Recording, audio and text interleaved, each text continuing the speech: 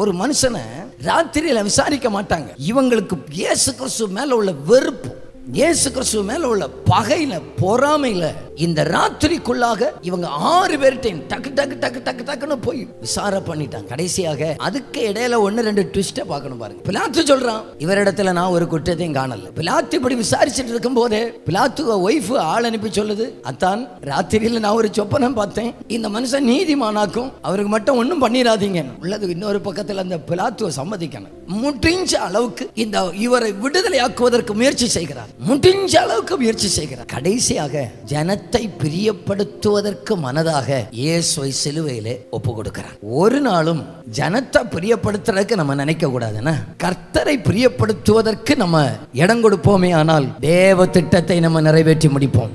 மனுஷனை பிரியப்படுத்துவதற்கு நம்ம என்னைக்கு தொடங்குகிறோமோ அன்றைக்கு இயேசுவை சிலுவையில் அடிப்பதற்கு நம்ம ஒப்பு கொடுப்போம். என்றைக்கு ஒரு மனுஷன் அவங்க என்ன சொல்லுவாங்க, பிரதர் ஞானஸ்நானம் எடுக்கலையா, ஏமா ஞானஸ்நானம் எடுக்கலையா, அவங்க என்ன நினைப்பாங்க, ஏமா ரட்சிக்கப்படலையா, அவங்க என்ன நினைப்பாங்க. மனுஷனை பிரியப்படுத்துகிறவர் இயேசுவை சிலுவையில் அடிப்பான்.